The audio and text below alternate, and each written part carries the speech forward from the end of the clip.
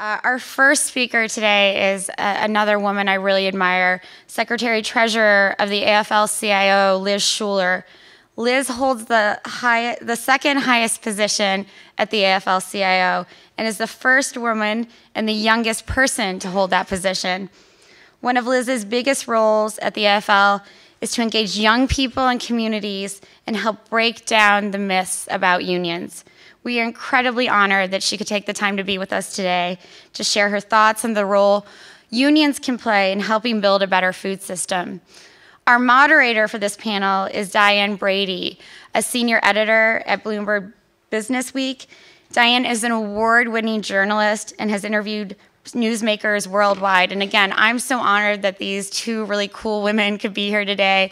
And I want to invite them and all of our panelists to the stage.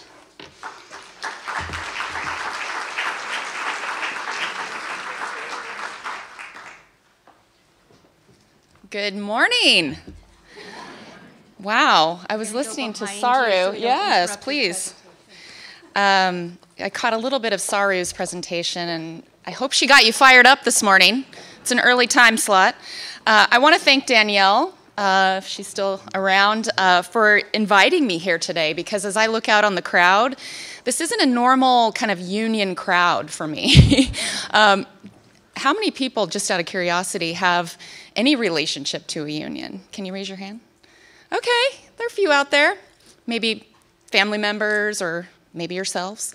And I thought, when I got this invitation, I thought, what a perfect opportunity to really bring together kind of the workers' movement and the food movement. And as you've probably heard over the last day or so, it's not something that is obvious to a lot of people. So that's why I'm so excited to be here. And by the way, I'm from Portland, Oregon, originally. I don't know if there's any Oregonians out there. A few little hand claps. And I don't know if any of you watch Portlandia.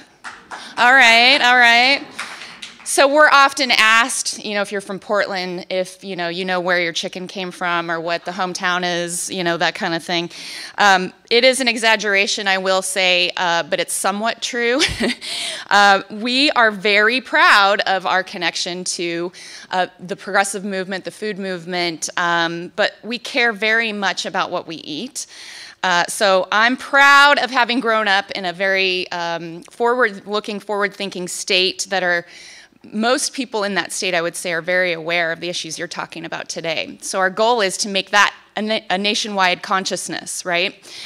And I love also being in spaces that are new because we get to exchange ideas, and hopefully you're hearing some thoughts, and you will from the panel, that you haven't heard before.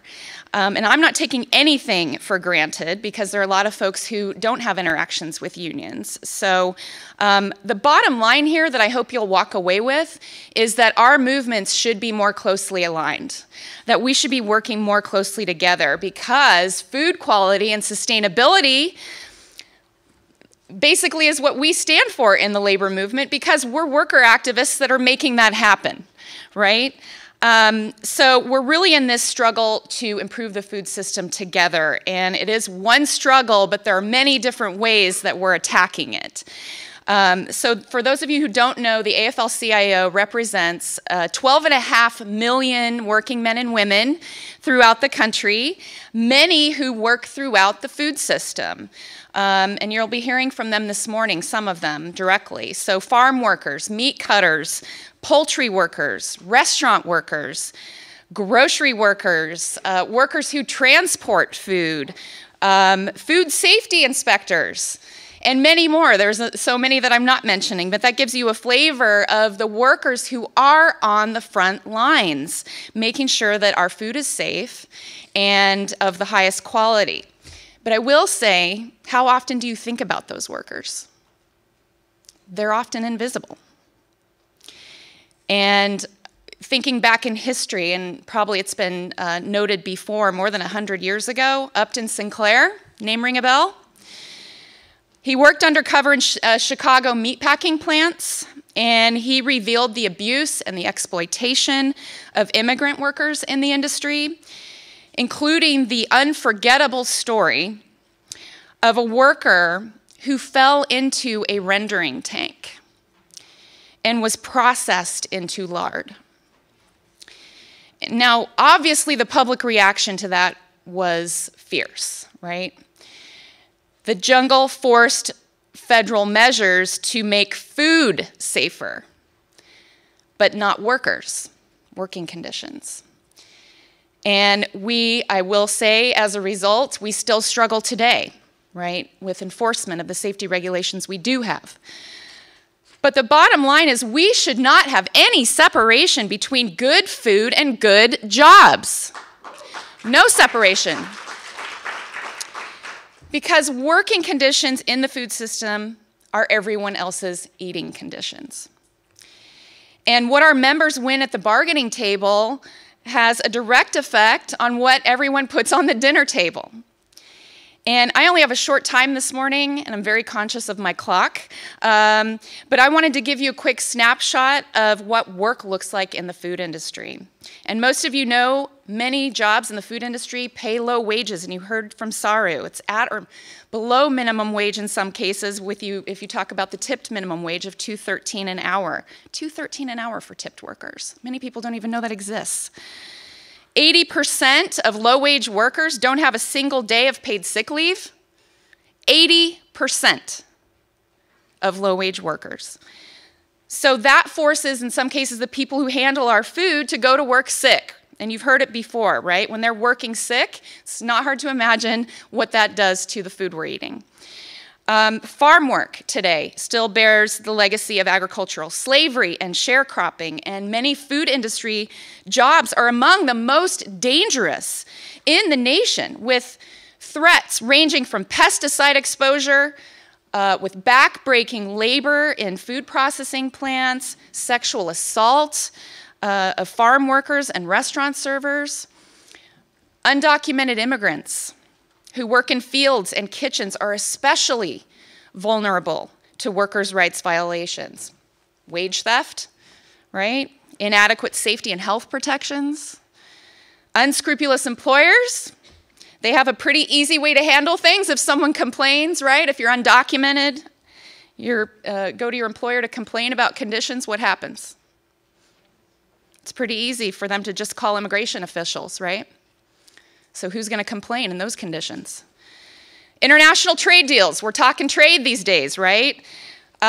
These trade deals threaten workers' rights as well in terms of the right to safe and locally produced food. Who cares about locally produced food?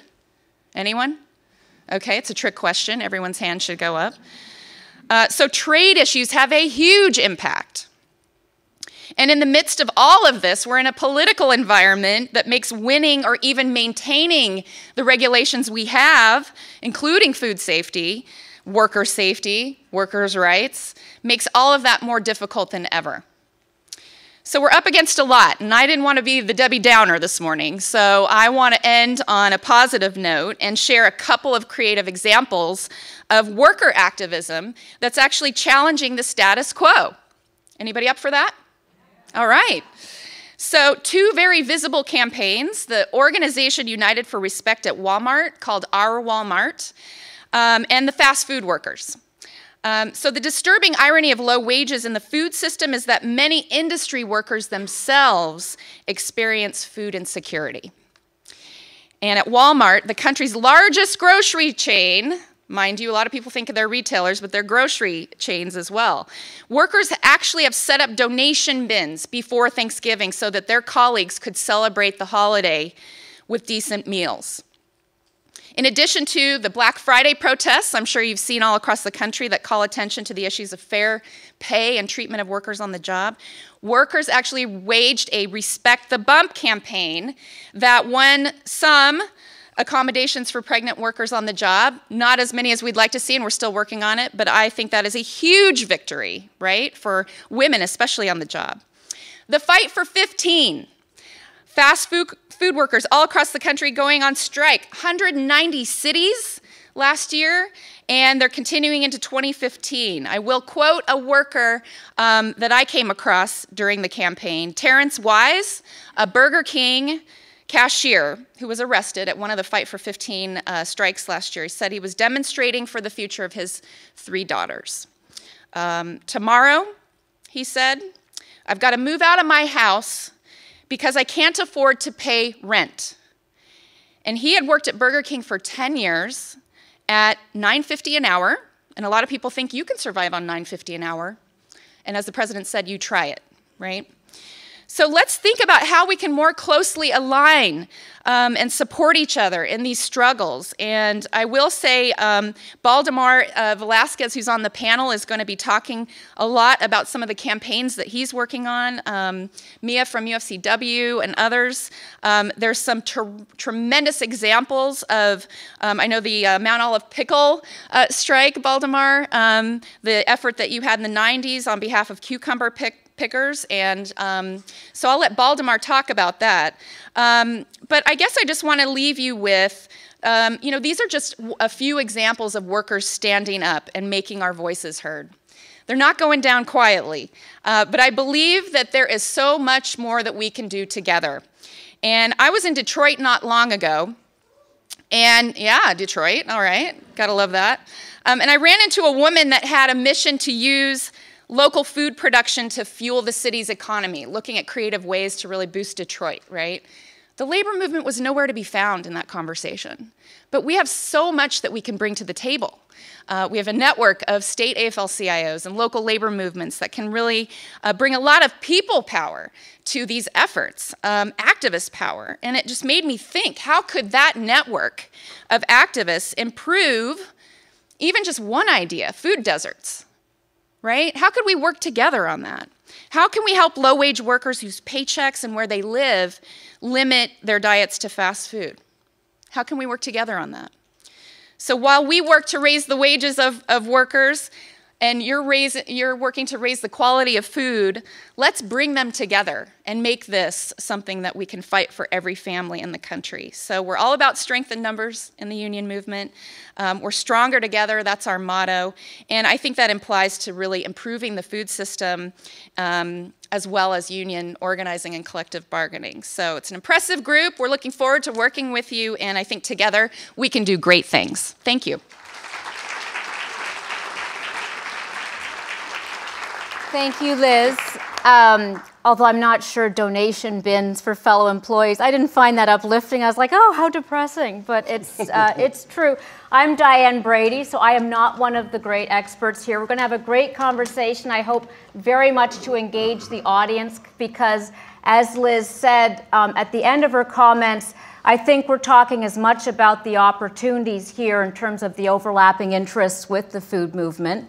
I guess I should go like this. So maybe you didn't hear me before. I'm going to introduce my panel. We're going to kick it right off. First, let me go down and introduce everybody. And I'm going to say this the way Baldemar said to me, Baldemar Velasquez. You know, I feel more passionate just saying it. President and founder of the Farm Labor Organizing Committee, which he founded back in 1967. So he's very much been at the forefront of many movements. Many of us here know him, and he's certainly been a great source of stories for us as well, so thank you for that.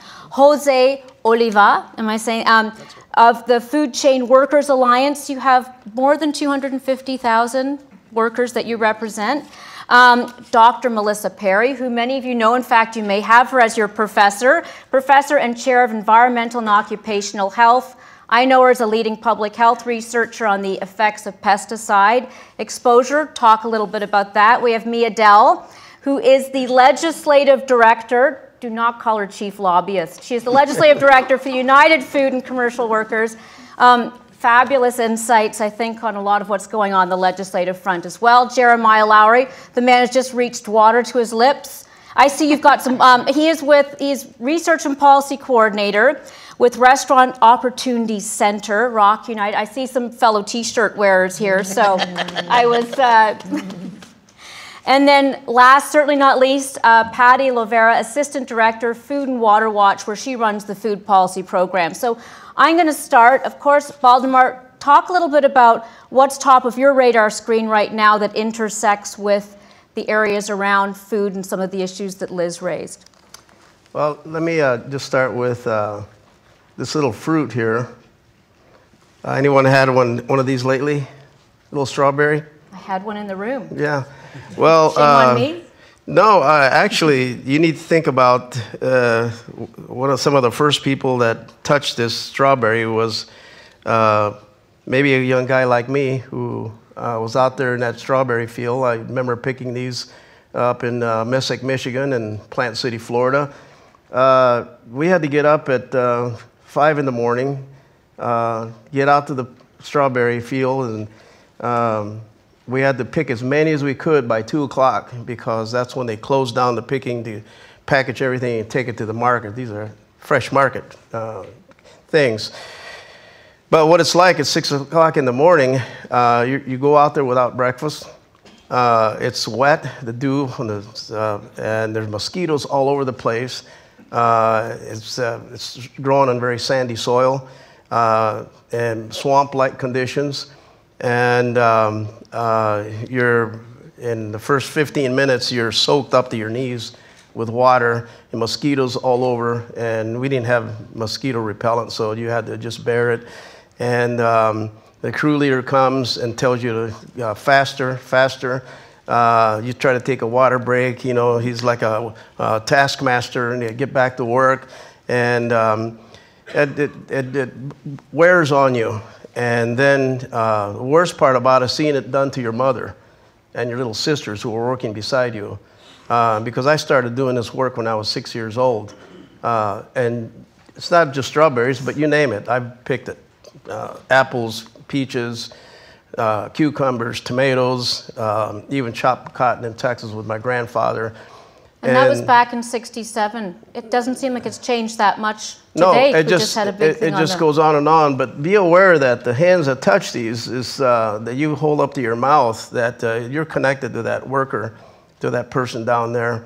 And you're part of a system of exploitation that's global. Many of the retailers and manufacturers that produce these products have procurement program designs. They got to get the fresh stuff out of the field into their processing, into their manufacturing, into their things. And they've designed that supply chain, and it's global. We compete. American farm workers with the workers from Mexico. You probably read that 4-part series in the Los Angeles Times lately about the exploitation of agricultural workers and fresh market stuff that U.S. farmers, corporate farmers, are setting up business in Mexico and importing it back into the United States. Is it worse today? I mean, give us a sense of, you've now had more than 4 decades from the time when you were out there in the fields. Have there been a lot of improvements? Do you feel like we're moving in the right direction, or it sounds like you're concerned that globalization has put us in the wrong direction? We get distracted and we get misguided. There's a lot of advocates of agricultural workers, but most of it's designed to do advocacy, labor reform, laws, legislation, but the application of laws in agriculture is non-existent. There's not enough inspectors to go around every nook and cranny of every rural county. So the workers are still left up to themselves, still vulnerable to the systemic inequities that are built into the production system. That's what we have to correct. So I'm gonna go to you, Jose. What's top of mind for you right now, and sort of root us in 2015? What should we be thinking about in this realm for you? Yeah. I mean, I don't know. I look around the room, and just based on the conversations that I had yesterday with some of you here and what I heard on the panels, and one thing that strikes me is that most of the folks here, and I think the food movement in general, are concerned, number one, with changing the food system, right? And I think, and correct me if I'm wrong, but how many of you here think we should grow our own food? We ourselves should grow. Some of our food. How many of you do grow your own food? All right. And how many of you think you should grow more of our own food? All right. That's great. But yes, we can't grow all of our own food, number one. Number two, we have a humongous food system that's already in place that's not going to go away wishing it away, and it's not going to go away by us just growing our own food. Even if everybody grows their own food between now and 20 years from now, there's still going to be a Monsanto, there's still going to be a Walmart, there's still going to be. So we need to do something on both ends. And I don't think the two things are mutually exclusive or contrary. I think we do need to continue to build the kind of food system we want to see, that's growing our own food, that's developing our own internal systems, economical systems that we're trading with each other, et cetera. But we also need to recognize what Baldemar is talking about. There are corporations out there who are making a lot of money on the sweat and exploitation of human beings. And the food they're growing isn't that good, right? It's destroying our health, and it's destroying our environment. And so we created the Food Chain Workers Alliance, and I say we because I was at ROC at the time that we did this, right? But ROC and a few other organizations got together and said, there's this ongoing discourse around food, and people are thinking about it in terms of health. What does food do to the individual? They're thinking about it in terms of environment. What does health do to our environment?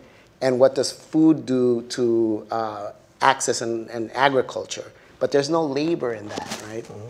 And so we decided to form the Food Chain Workers Alliance as a coalition of food worker organizations to insert labor into that conversation. Is it an activist solution in terms of work with the big companies? Is both. it a engagement? I mean, they're not mutually exclusive either. Right. How are you thinking about it right now in terms of lots of companies have their sustainability initiatives. They're out there helping mango workers, genuinely trying to make a difference. Where do you fit? It's and both. I mean, it really is a matter of understanding what the company is really trying to do. Chipotle, for instance, is a great example of a company that's really doing the right thing. Right. They're really living through their values in the market.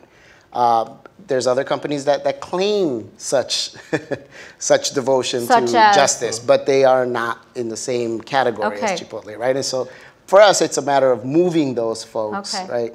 And we've been using this acronym HEAL, right? It's health, environment, agriculture, and labor. It's all four of those things that make a food system what we want the food system to be. Let me move to Melissa.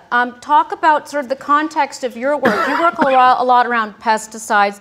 Where's the overlap with labor? How are you thinking about these issues right now? Sure. Actually, what Jose just had to say really energized me because what I represent is the health and the environment part from a scientific perspective. I've been studying the impacts of occupational health on workers for the past 2 decades. I started with farmers in my own small state of Vermont, moved on to other farmers throughout the United States, and then moved on to farmers in Africa, in various parts of Europe, and also in Asia. What I've come to understand is our production systems are not sustainable, and they truly compromise our health. They compromise the health of workers, and they compromise the health of consumers. Intensive chemical inputs into food production does not make for a sustainable or a healthy product. And it actually undermines, what we have come to understand is that intensive chemical use undermines long-term sustainability of production. It robs the soil of natural nutrients. It obviously impacts workers. I was so struck by Baldemar's story about his experiences over his lifetime. You mentioned that you're how old? 6 years old? We're also talking about child labor. And in this country even, child labor in agriculture is condoned. So this notion that we are resigned to require intensive chemical inputs, including pesticides, including fertilizers, and including antibiotics, is a misnomer. Are workers like a canary in the coal mine? I mean, you've done some studies around, you said, exposure to pesticide use. What have you gleaned from that? Are there higher cancer rates? I mean, is there something that would really sort of show that these frontline workers are also experiencing the full force of? Sure, there are plenty of data to demonstrate that, and there have been data for decades now. Specific rare cancers more common among farmers versus other occupational groups. In terms of farm workers, those data are far more sparse because we don't have funding to study farm workers. So most of those data come from farmers, smaller family farmers. In terms of exposures, I mentioned the different countries that I've worked in. They all get exposed. It is a matter of fact that when you're applying pesticides, you're going to get exposed. So no one should buy this notion as long as they're used safely, exposure doesn't happen. That's just a misnomer. And then I wanted to just briefly mention the meat packing work that I've done over the years. Yep. Also this notion of, well, you know, meat packing is a risky job. If you're working with knives all day, you're going to get cut. The truth is there are changes in production that one can put in place to reduce and ultimately to eliminate cut injuries in meat packing, repetitive motion injuries in meat packing. It's just a matter of will, attention, and funding. Okay, I'm going to move to Mia.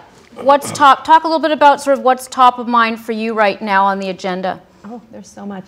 I know. So I'm Mia, and I'm with United Food and Commercial Workers, and we represent 1.3 million workers. About 1 million of them are food retail, and then the rest are mostly food production. So we represent the people in the slaughterhouses that Melissa was referring to. And so I was really glad that Liz talked about the jungle, because I've always been a bit of a cynic with regard to believing that consumers could start to care about workers in food production. Consumers care about food safety and quality and buy local, but can we actually get them to stop and think about the people who are working within the systems? And it's romantic and easier to imagine the worker in the field picking the strawberry than it is to think about the worker in the poultry plant or in the slaughterhouse, which is gross. I mean, this is rough stuff, and we don't want to think about where the ground turkey is coming from. It's something that we turn off. But a wonderful experience that I had within the last 2 years is that I was part of a coalition that was responding to a proposed rule by USDA to change the way that we inspect poultry plants. And part of this proposed rule would have given the large poultry producers a waiver on line speed. And poultry plants would be allowed to run their line speeds at 175 birds per minute. What is it currently? Right now, depending on the number of inspectors on the line, it's anywhere from 90 birds a minute to 140 birds a minute. And so to go up to 175 was pretty unprecedented. Most plants just physically can't do that, but it was an indication that the workers, the ones who are hanging the live birds and taking down the birds and cutting off the breaths, all of this work, this repetitive motion work that will involve very fragile parts of our bodies, there was no consideration given to the impact that increasing the line speed this significantly was going to have on these workers. And so I entered the coalition of consumer advocates and good government advocates and food safety advocates thinking, well, let's talk about food safety. Let's talk about animal welfare. But consumers, they're not interested in worker safety. And I was so delighted to discover that consumers were. And we had Moms Rising, and we had other groups of advocates who'd always paid attention to local food issues and quality issues and food safety issues, who wrote letters to USDA and wrote letters to the White House and participated in Twitter town halls talking about how we can't put workers at risk in this way. So the victory that we've had with regard to this new rule is that the USDA did remove the line speed waiver from it. And so it's still moving forward. We still have a lot more work to do. But for the moment, we've kept workers where they are right now, which is status quo, which needs to be improved because we need more research. But it was because of the advocacy of consumers that we actually were able to change the way these workers are, kind of injury these workers are being exposed to. Well, and I want to talk a little bit about opportunities to engage on these issues, because I do think that's one of the opportunities here. I want to go to Jeremiah next. Talk about sort of the work that you're doing and what you think is important sort of right now. We've certainly heard a lot in the past year in the news in terms of some of the activism around wages and such. In the food context, what do you think people should be thinking about? Absolutely. I just want to start off by saying currently right now there's a movement here on this campus actually of cafeteria workers who are being laid off by Sodexo. And so I would be amiss if I really don't mention that movement that's happening right now. And if folks are interested in getting involved in that movement, or if they want to actually take an action, they can call the administration at 202-994-2371 and ask for a list tonight and tell them that we don't want to lay off workers. We need good union jobs here on this campus for everybody. And that leads me to say we really need to start building a farm to who's serving the table movement at all these events, at this event, at protests, at marches. across the country. Here in Washington, D.C., we're doing a lot of awesome things. We just got paid sick days. We're going to have a ballot initiative that's going to further raise the minimum wage for all workers. We did equal pay. We're going to do paid family leave here in D.C. We did an anti-wage theft bill as well, a ban the box bill. And so we're building up a massive movement here in D.C. But, I also noticed that, I'm a part of the food movement. I noticed that there's a lot of anti-GMO marches that's going on, like in front of the White House. But you look at those marches, a lot of times those march organizers, they don't actually reach out to organizations who have workers. We have a member in the House. How often have you been contacted by anybody in this movement? Never, actually. Never? We actually have a member here tonight, Patrick. Well, right now, not tonight, this morning. Patrick over here, and he cares a lot about... That's the guy to go to after. He's a restaurant worker. He cares a lot about the food movement and the anti-GMO movement. But no one ever contacts him or reaches out to us and say, hey, do your members want to get involved in this movement? And we also need the anti-GMO movement and our movement as well. If we're going to build up a massive movement to raise the wages for workers, to provide good benefits for workers, then we're going to need consumers. We're going to need people who care about fresh foods. To really start to think about how we build a sustainable, healthy world for everybody. And so that just leads me to say I'm a man about action. I'm a man of action. So I'm going to be outside. I'm going to be outside these doors later today, or me and Patrick going to be outside these doors later today, and folks could come up to me and approach me and say, hey, if you're involved in the anti-GMO movement, if you're involved in a fresh farm movement, let's work together. Let's work together, because I would like to push your movements, and you play a huge part in our workers' rights movement as well. So yeah, and also if you're listening out there on the internet, you can shoot me an email at jeremiah@rocky90.org, because I think if the only way we're going to build up a real, healthy, sustainable world is if we start to work together and start to coordinate. So. Great. Patty, do you want to give out your email address? No, I'm kidding. Easy to find, foodandwaterwatch.org. So a couple of thoughts. Totally agree. So I'm coming at this from Food and Water Watch. We are not representing workers, but we're well aware of all of the ways that consumer issues, food safety, food labeling, all of that connects for a couple of reasons. We're in that coalition that Mia was talking about for that poultry inspection rule change. And she's absolutely right. There was a tremendous amount of work together to raise all of the reasons it was a terrible idea. And there's a long list of reasons this proposed rule change is a terrible idea. Worker safety was at the top of the list. We were glad to see them at least make some verbal commitment to changing that. We still hate the core issue of the rules, that we're not going to have the same kind of inspection by government inspectors of this massive industry, so we're actually suing the government to try to stop that rule.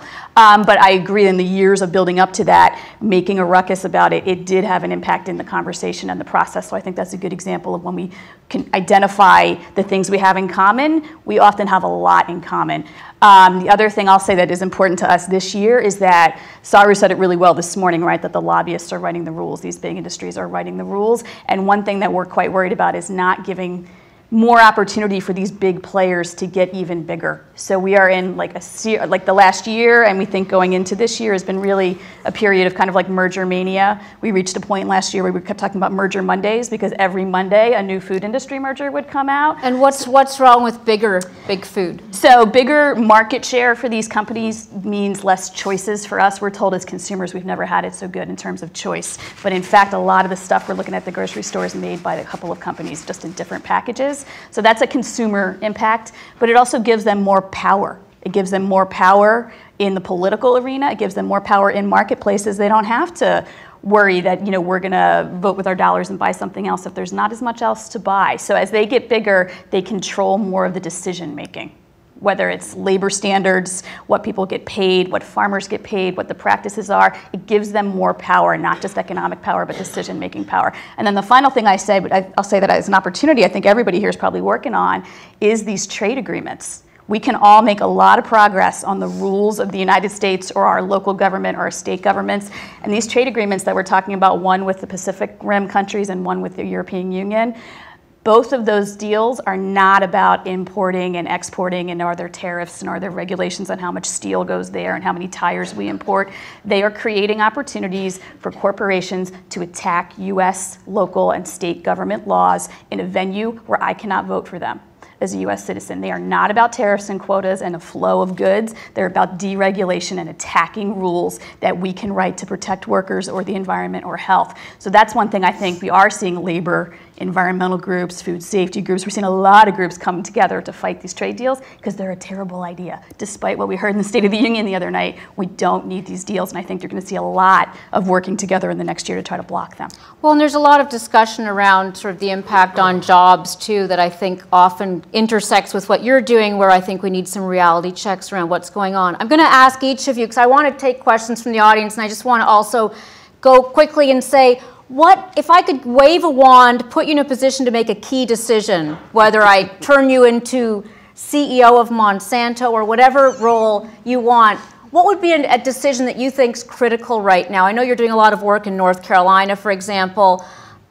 Baldemar, there, you're king for the day. What do you do? Where are you? And what's the decision you think could make a real marked difference in the conversation? Well, what I would like and what would make it happen is compelling the large manufacturers and large retailers that harvest and buy crops harvested by 100,000 agricultural workers in North Carolina to guarantee freedom of association in their supply chain.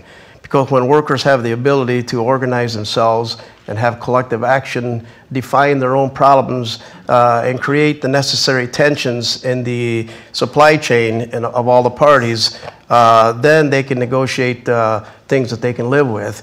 In 1986, a group of ragtag tomato pickers, my family and many others, 2,000 of us went on strike with the Campbell Soup Company and compelled them to negotiate an entire supply chain agreement. We redesigned the pricing of the tomatoes to the farmers that we worked on. So it's not just the farm workers, it's the small farmers that are marginalized at the bottom of the supply chain design.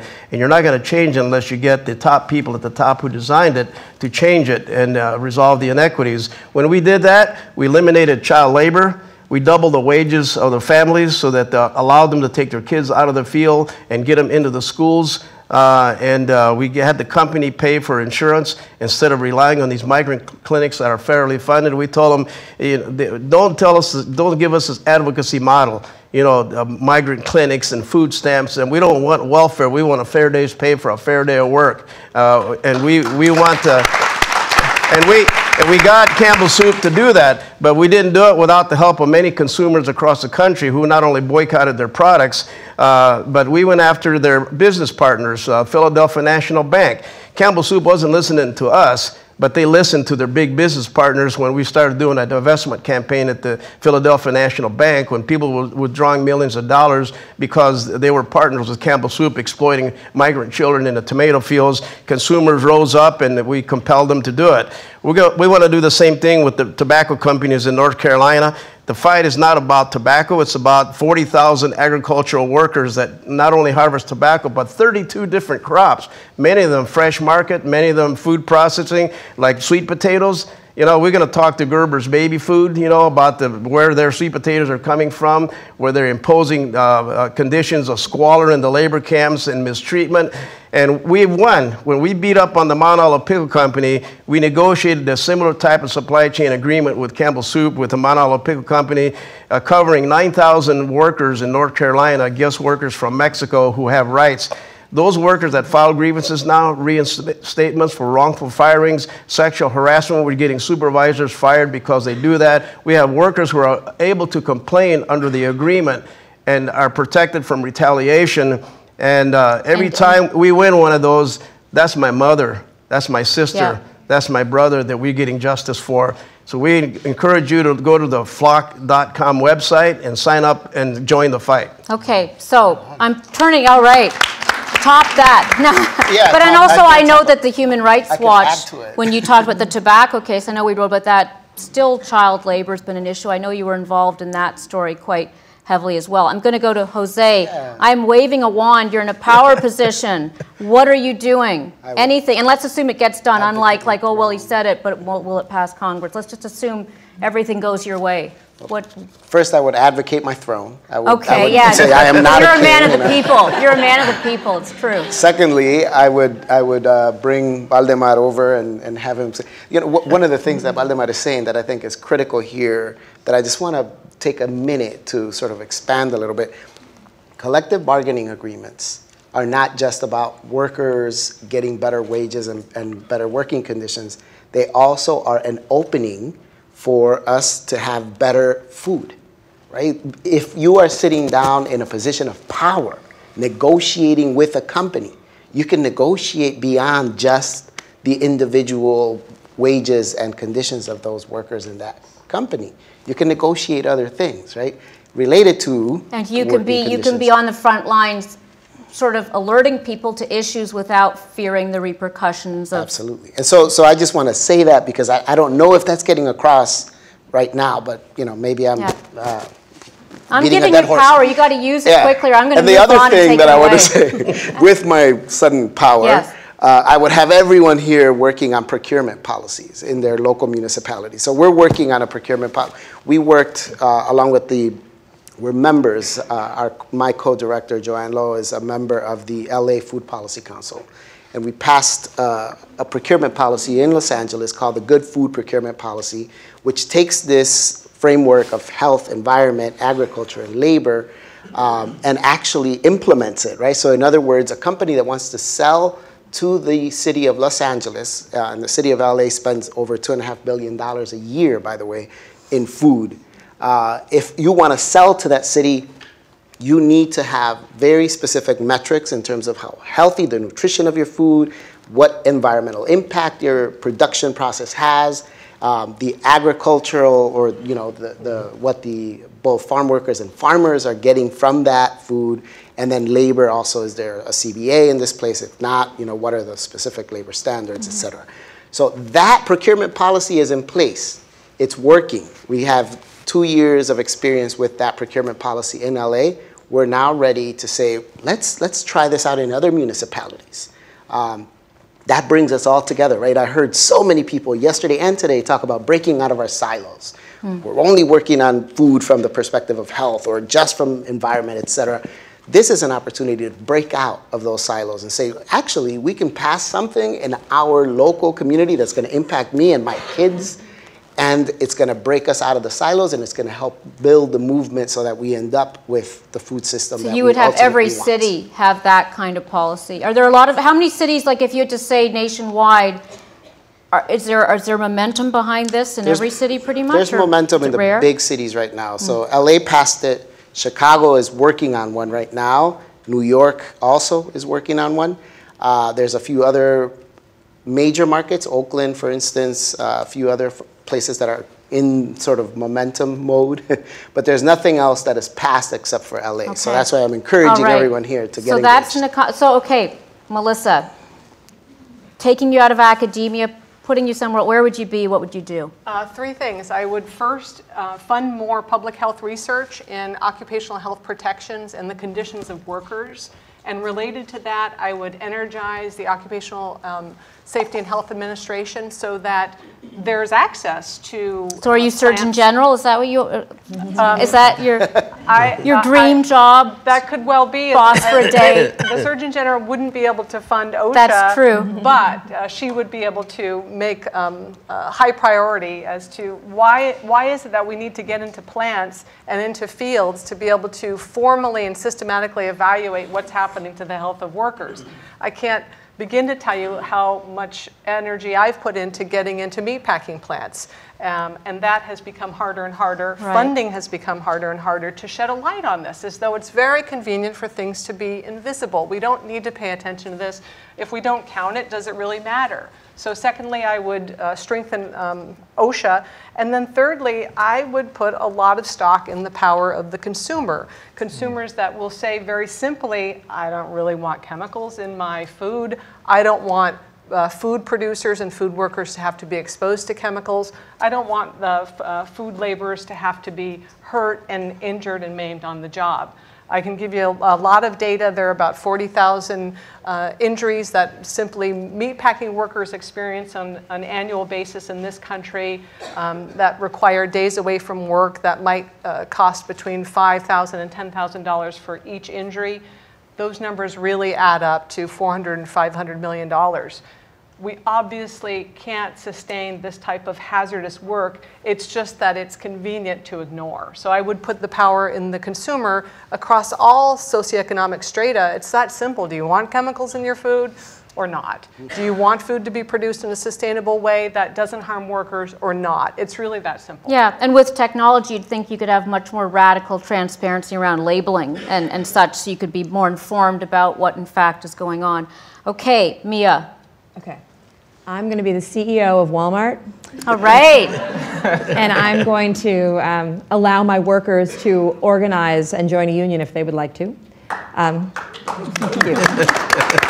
I'm also going to stop purchasing products to sell in my stores that are produced by prisoners and slaves and children around the world. How many products would that eliminate? A lot. I mean, like right now, shrimp is done on, purchased in Thailand and Vietnam off of boats that are staffed by prisoners. Cashews, almost all the cashews that we buy are actually done by slaves and prisoners. Cocoa is picked by children in Africa. I mean, we know what the products are. And so if the largest purchaser in the world would refuse to purchase them unless they change their practices, they would change their practices. If the largest private employer in the United States started paying its workers a living wage, then when UFCW sits down at the bargaining table with Kroger and Albertsons and Safeway and Giant, we would be able to get a better wage for our members because they're in competition with them. So by improving the practices of Walmart, we will improve everyone's quality of life. And just one quick question. How would you market that to me, the consumer who maybe is getting higher prices? Would I have to worry about that? I'll drive business away? Well, according to, I'm not a numbers cruncher, but I don't think that the cost of increasing wages of workers in retail to make them a living wage, I think actually numbers have been done about raising Walmart employees' salaries up to $25,000 a year, would not translate into higher prices. Okay. I mean, it depends. Their bottom line is what matters. And so how much of the money are they keeping and how much of the cost are they passing along to? There's a good study called Dime a Day, which basically does measures what it would be like to increase the minimum wage in the food service sector, and I'm sure there's others for retail. Okay, I'm going to move from the Walmart CEO onto Jeremiah. President of the United States. Okay, and now what do you do? Why not? So I got two things. Yesterday, Mary Che was here, and she mentioned, Councilmember Mary Che was here, and she mentioned the DC established a Food Policy Council. Yeah. When that bill was first introduced, it actually didn't have a labor component. And then we actually lobbied and changed the bill to make sure it has a labor component. So if I was president of the United States, I would sign some type of crazy executive order giving That's right. One that Congress would just gather and envelop you with love around, and then what would happen? Giving cities the funding to establish their own food policy councils. And within those food policy councils, I will make sure that they include a component for labor, they include a component for like homeless advocates, they include a component for women's rights, anti-GMO. So really just getting all these different perspectives like on the food system. That way they can come up with policies to improve the food systems within their local community that affects and oversees everybody. And what I also would do was, as President of the United States, we have actually, at Rock United, we have a diner's guide. And I would make that diner's guide, so the diner's guide rates restaurants based upon how well they treat their workers. And I would make that diner's guide available to more people. Is it an app as well? It's an app. It's an app. You can go to rockunited.org and you can download the app. And I will make that app or the paper or the recyclable paper version available to more people. so they can know, and also expand it, provide more funding so we can do more, cover more restaurants. So consumers can know who's treating their workers right, who has high wages, who has good benefits as well. So. Okay, great. So I'm going to take questions from the audience. I'm going to go to Patty, give her incredible power, but just keep it in mind, raise your hand if you have questions. So Patty, you've got all this power. Now what are you going to do with it? Oh, I struggle with these. I have such a list. There's no one job that encompasses my whole list. But I think of what's really front of mind. I'm going to make you a Greek god where you can just like... And then I would appoint all these folks. These all good ideas here. So these would all be folks that were working on stuff too. I think for that's what's really like front of mind for us right now for this year is we are doing it wrong. At the government level, it's different departments, it's not just one job, but it is not being done properly to look at the effect of how big food companies are in all the ways that that matters. So you're an antitrust czar. Yeah, and we need that. We don't have that. We have laws, they're decent laws, they're not being used, they're not being enforced. There's different examples in different agencies, whether it's meat packers or grocery stores or food service or food processors, it's not being done. There's reasons for that. There's moments in history where the evaluation and the interpretation changed. We're not measuring the impact right. The impacts are real. The impacts we're dealing with in all of our sectors. And when a new merger comes up, it's just like, oh, it should be fine. So the result is you would want to break these companies into smaller. So here's the CEO of Walmart. You're telling the CEO of Walmart, what would you say? You're too big. You're too big. You're too damn big, and you have too much power in our food supply. But I have the power to fix our problems. I could do good things, right? I mean, if I decide to buy environmentally friendly light bulbs, that's good for the environment. She's just raised wages. She's done all sorts of great things. You don't think it's possible? I don't think it's possible in the current model when they're this big, and I also think it puts a burden when we do that, when these changes, there's absolutely concrete improvements that can be made in people's lives. I'm not discounting that, especially when you talk about wages and treatment policies and the right to organize. We're not discounting that at all. Right. But in the big picture of the structure of our food supply and where the dollar goes, when all of the decisions are being made by these companies and they're not being made as the result of enforcement of laws, it puts a huge burden to turn consumers into enforcers of laws, which is a challenge in the marketplace where we get lied to regularly as consumers. We are way, way, way, way off from anything even resembling minor transparency, let alone radical transparency. So we fully support the things we can do with corporate pressure, but we can't fix everything there, and we don't want to lose that. We can't fix all this by shopping. We have to have some laws, and we have to enforce them. Some of this stuff should just be illegal. It shouldn't be graded company to company and make your best choice. There's some stuff that's so bad, it just shouldn't be allowed, and we're not there yet. We have not yet gotten to a system where some stuff is just not acceptable from any company, let alone high performers or low performers. Okay, great. So do we have questions from the audience? We have one. I saw a hand go up there, and I think there are mics, or you can project. Wait, there are mics. Okay. I just want to say that everything you guys were saying was wonderful, but one thing was only lightly touched upon. Mia, you brought it up briefly, but let's pretend in the near future, wonderful collective bargaining agreements have been made and regulations have been passed by the government, and that we do have much safer labor conditions, and because Jeremiah's president. Yeah, things have gone really wonderfully in the next couple of years.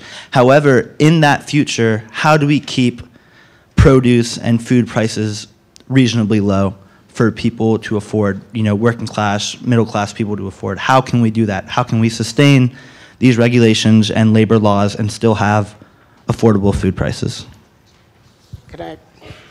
I just want to repeat what I said earlier. There's plenty of evidence out there that raising wages and improving the quality of the food does not mean higher prices. The profit margins are incredible in some of these companies. The CEOs are making gazillions of dollars, right? And that money is not being reinvested in the community. That is not, if anyone here still believes in trickle-down economics, forgive me, but it doesn't work that way, right? So no, we can have higher wages, better food, and we don't have to pass that cost along to the consumer. But what if you do? Would that be a bad thing? That being said, there is a study out there that we did, along with Rock, called the Dime a Day. This looks at food specifically, and the food prices, how they would go up if companies that produce the food passed along the entire cost of the minimum wage raising to $10.10. It's not the full living wage, but to $10.10 an hour. And it boils down to 1 dime a day, right? That's how much consumers would pay more for their groceries, for their food in the restaurants, if the employer passed along the entire cost of that raise.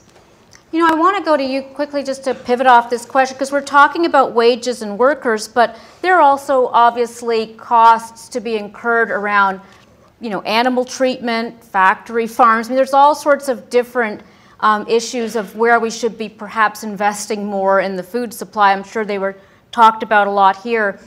How would you sort of think about that in terms of the final cost? I mean, we know that food has gotten a lot cheaper as a percentage of overall income. Has there been anything around what you think we should be expecting going forward around food cost if we actually want it to be sustainable? Anybody? Go ahead, either. So I can speak specifically to protein consumption in the United States. So poultry, beef, and pork, and our members work in those plants. Our numbers are showing that we've leveled out. We are eating about as much protein as we are going to eat in the United States per consumer, and that the growth area in all those markets is in international sales for the growing middle class in Asia. Like, that's what we're seeing. So we're not anticipating people eating more pork and more beef. That's just not what we see. So then the question is, do we want to eat healthier meat, and do we want to have it more sustainably produced? Do we want to get rid of gestation crates? Do we want to end the use of non-therapeutic use of antibiotics in animal feed? You know, do we want to make those changes? And as consumers, would we be willing to spend a little bit more in order to have it? And I think most consumers would. And could I just add the health element? So using meat as the primary source of protein in our diet is not a healthful thing. We certainly know that. So reducing meat as the prominent central part of our diet means improvements in our health. It means improvements to the environment. It certainly can impact animal welfare, I'd have to say. And it also means potentially more sustainable means of production. So what strikes me about worker protection and quality, food quality, also is cross-cutting when it comes to health decisions. Right. Okay, so we have other questions. I've got some questions here. Go ahead. You in the beautiful print dress. I just had a question that was going to bounce off of what a couple of people have said. Melissa. I think if you want to take the mic just so the people, it might be easier for anybody who's watching the live stream. Go ahead. Okay, so I just wanted to bounce off of a couple things that Melissa and Jeremiah had said. Melissa was talking about the impact of pesticides and herbicides and other poisons that they put on the plant.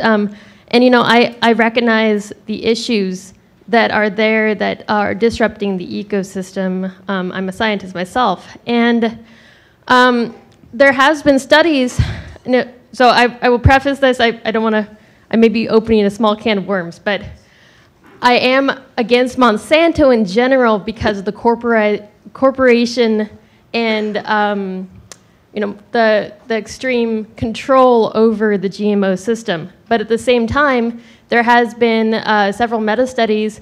One meta-study showing that pesticide and herbicide exposure and use is reduced when GM crops are used. And also another meta-study of over 2,000 different. So I just want to, because the time's ticking, it's basically about it's basically about how GMOs may affect the health of workers. Right. That there has been studies that have shown that. So is there maybe some space for GM foods in the commercial industry where there will be continue to be workers working for health? Pesticides almost injected into the seeds. I'm thrilled that you brought up the issue. Let's not confuse the issue of genetically modified with pesticide inserted. So 90% of the corn and about 60 to 80% of the soybean that's planted in this country today is treated with neonicotinoid pesticides. It is inserted into the seed. So the idea that we've removed the drift and the direct exposure of the worker, of the farmer, is a noble notion. However, no one seems to have asked, what does that mean for the consumer? So if, in fact, the pesticide is inserted into the food itself, how is that going to get into our bodies? No one has asked that. No one has asked, well, if we have a proliferation of seed that is pesticide treated, how does that possibly get into the environment, into the air, into the soil, and into the water? This change has been happening practically overnight while we were sleeping, and what we're starting to see is just early evidence by hardworking academics and government scientists trying to measure, oh my gosh, neonicotinoids are showing up in waterways in Iowa that they were never there before. How did that happen? So this idea that isn't genetically modified lovely because it's protecting workers is forgetting to ask, but wait a minute, what happens to the consumer who's consuming corn treated with neonicotinoids? What's happening to birds, invertebrates, aquatic wildlife, and what's happening to our water and soil? Okay, Patty, you wanted to add something? Yeah, quickly to a long question. You could do 2 days on this. A couple points. We're really, really, really concerned that the regulatory framework for looking at those impacts, it was designed by the companies that want to sell these, right? This is not unique in our economy. We have the same problem with drugs, right? The data comes from the company that wants to sell the product. So we don't think we're getting a full analysis. But one thing we do know is, and this we just saw another move last week, the USDA approved another variety in the next generation of GMO crops, which is the crops are engineered to tolerate more toxic herbicides. They are going up a ladder of toxicity. So it's not just Roundup anymore, it's now 2,4-D and dicamba. And we don't think it's a coincidence that the seed companies that are selling biotech seeds started as chemical companies. They are packaged to work together. I don't think they have the same noble purposes all the time pushing their research agenda that they're selling us in the commercials, and our regulatory system is not there to provide that level of actual independent analysis of what's really happening. Okay. 2 more days we could do on that, but so yes, and with 6 minutes and 30 seconds, we are not going to do 2 more days. So I just want to quickly, I want to get, we have some questions from cyberspace, our friends who are watching. One is Carolyn Smith DeWall, Center for Science and the Public Interest. She may have wanted to be anonymous. Now she's not. Sorry, Carolyn. Food safety certification systems have been used successfully for a number of years to improve food safety practices. She's asking about that template being used for worker protection, animal welfare certification systems in order to deliver these products to the market. Any reaction there? Is it already happening? I mean, give us some sense. Yeah. Is that the right way to approach these issues? Actually, we're engaging in a new initiative. It's called the Equitable Food Initiative, EFI. We're partnering with the United Farm Workers in California, the 2 migrant unions coming together, along with PICUN, a small union in Oregon, and partnering with food safety people, Center for Science and the Public Interest, Consumer Federation of America, and we wrote our own standards to certify agricultural products that are labor intensive.